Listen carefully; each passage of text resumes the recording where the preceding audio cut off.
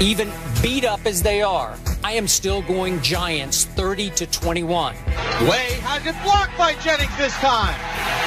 And the ball goes bouncing into the end zone for a safety. Manning back to throw. Steps up. Deep ball. Odell Beckham Jr. on the post. Jumps up. Makes the catch. Touchdown Giants. Finally got single coverage on him. Manning takes the snap. He's back to throw. Heaves it down the right-hand side for Randall, who makes the catch off the bobble and walks into the end zone for a touchdown. Happy Friday, everybody. This is First Take. Thanks so much for being with us. Skip Bayless and Molly Karam here in good old Bristol, Connecticut. Stephen A. joining us from New York. Good morning, gentlemen. What's going on, y'all? How you doing? Good. You know what? I just figured out why you just had to be in New York City today.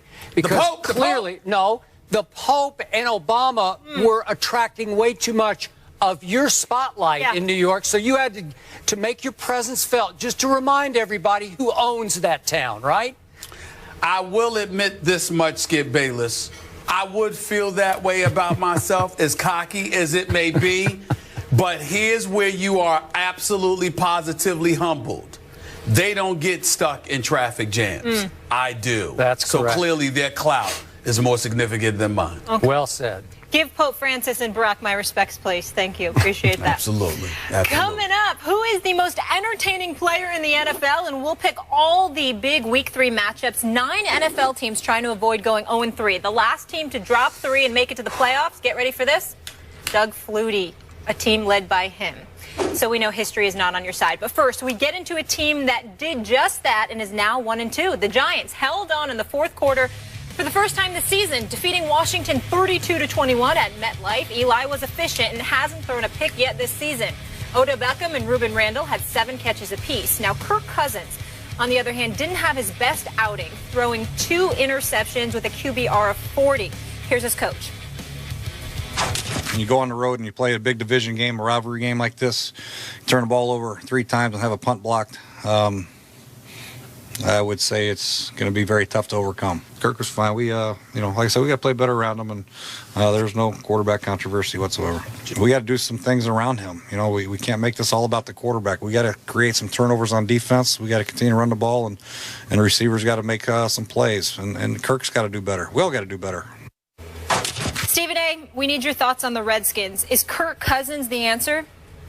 Well, he's not the answer. I mean, that doesn't mean that they can't win football games, but I have very little faith in Kirk Cousins for the biggest reason of all. When the lights shine brightest, he wilts beneath it. He shrinks beneath the pressure. And I thought last night was indicative of that. Obviously, getting the punt blocked and ultimately getting a safety based off of that for the Giants definitely helped them. A couple of interceptions by Amukamara, by Unger, certainly didn't help Kirk Cousins at all.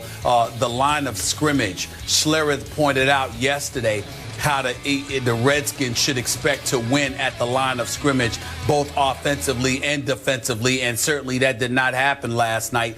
Skip called it. Let's call it what it is. The Giants showed up last night, played above themselves when you consider the myriad of injuries that they were suffering from. The fact that they still showed up and handled their business, they deserve a lot of credit for it, but I was incredibly disgusted with the performance that I saw from the Washington Redskins. If you were going to lose the game, at least be a bit more competitive than you were. They didn't win at the line of scrimmage on offense or defense. They had no running game to speak of. Alfred Morris had 19 yards rushing, for crying out loud, on 6 carries. And we obviously know what Matt Jones was able to do, because as a running back, what did he do? He had 11 carries for 38 yards.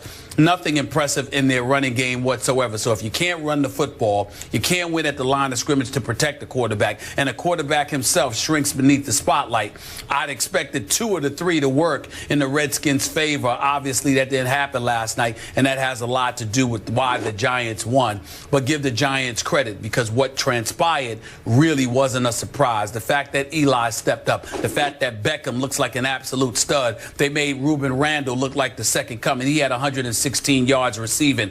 All of those things considered, plus them winning at the line of scrimmage, being at MetLife Stadium, their home turf, understanding going 0-3 on the season could have essentially ruined everything. They rose to the challenge like we've seen the Giants do on many occasions in the past. So my hat's off to them. But I was incredibly disappointed with Kirk Cousins. I believe that the Washington Redskins can still win their share of games, but I find it to be something that will occur in spite of Kirk Cousins, not because of him. You know, I got to tell you, you really surprised me yesterday when you picked against the team that you allegedly root for, your hometown New York Football Giants. And I'm just wondering, do you even feel an ounce of shame today that you didn't pick the team that was playing at home? Oh, no. In front of the president. It's not an ounce. In front of the It's not an ounce. I feel significantly ashamed of that, but it's not because I'm from New York and I wasn't a homer. I don't expect the Giants to go 16-0 any season. Every single season, I picked them and the Jets to lose a couple of games. You know, I picked my Steelers to lose a few games as well. Just because I love them don't mean I think they're going to win all the time. But the manner in which they played last night, meaning the Redskins, was incredibly disappointing. I knew that the Giants had injuries. I knew that Victor Cruz wasn't going to be there. I don't believe in the Giants running game, nor do I believe in their offensive line. So the combination of all those things, I was simply expecting, Skip, the Redskins to run the ball about 40 times and run it down the Giants' throat and find a way to win that way with Kirk Cousins being a game manager. I didn't expect no one to show up. But that's what happened with the Redskins last night. Yeah. I'm going to have to reiterate my stance that I dug in with yesterday versus you and Mark Schlereth, as you guys went back and forth on me. Sure. And I'm not saying you were driving the Redskins bandwagon. Maybe Mark was more than you were. But I continued to say you're overrating this Redskins team off its first two games. It did play the Dolphins close. The Dolphins are way overrated to me. Some people even picking them before the year started to win the AFC East. That is mind-blowing to me. And then the next win was overrated by the Redskins at home against the St. Louis Rams, who did not take them seriously enough coming off their huge opening day emotional win at home over their arch rival, the Seattle Seahawks in St. Louis. So they didn't show up in the first half. They fell behind 17-0. They couldn't quite dig out of the hole because they weren't ready for Matt Jones. The Giants were ready for Matt Jones last night.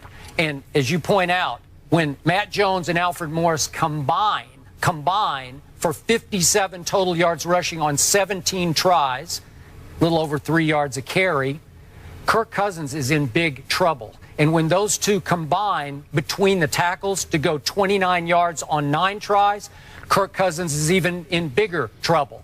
And I'm going to say what I said from the start. And again, if you want to disqualify me because I'm obviously a big RG3 fan and remain so to this moment, Kirk Cousins is not the answer because I said he wasn't from the start.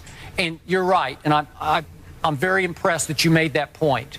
The bigger the stage, especially if it's a national TV stage, the more likely Kirk Cousins is to throw it to the wrong team.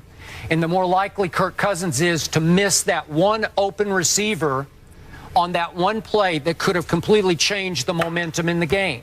That's what he's been all the way through with this Redskins team. Again, I'm not trying to overly defend Robert, who's been an unmitigated disaster the last 2 years coming off his injury. But Robert Griffin III has shown you as an NFL player his rookie year, he's a big-time performer. The bigger the moment, the brighter the lights, Robert will make those throws. So let's just keep that in some perspective. I don't have anything against Kirk Cousins. I know Mike Shanahan continues publicly to support him and even compare him to a very young John Elway and a very young Steve Young. And I get that because you know and I know, I think we got it from the same source. Mike Shanahan preferred Kirk Cousins over Robert Griffin III, especially when it was going to require the sun and the moon to trade up to get RG3 with the second pick in that draft. Okay, I get that. And I love Mike Shanahan. I respect him. I also think his pride continues to talk for him a little bit when he says that Kirk Cousins is a franchise quarterback. I don't see that. And the other problem I have is with his makeup. He seems like a good young man. I don't know him, but listen, he takes his mistakes so hard. It just crushes him, and he goes and sits and he sulks and he's beating his helmet, and I appreciate that. I get that way about this show. I never like a show that we do. You know that. I'm always upset after the show, but you complain every day. I do, but yes, the show must go on. And if I mess up that topic, I'm going to get you in the next topic.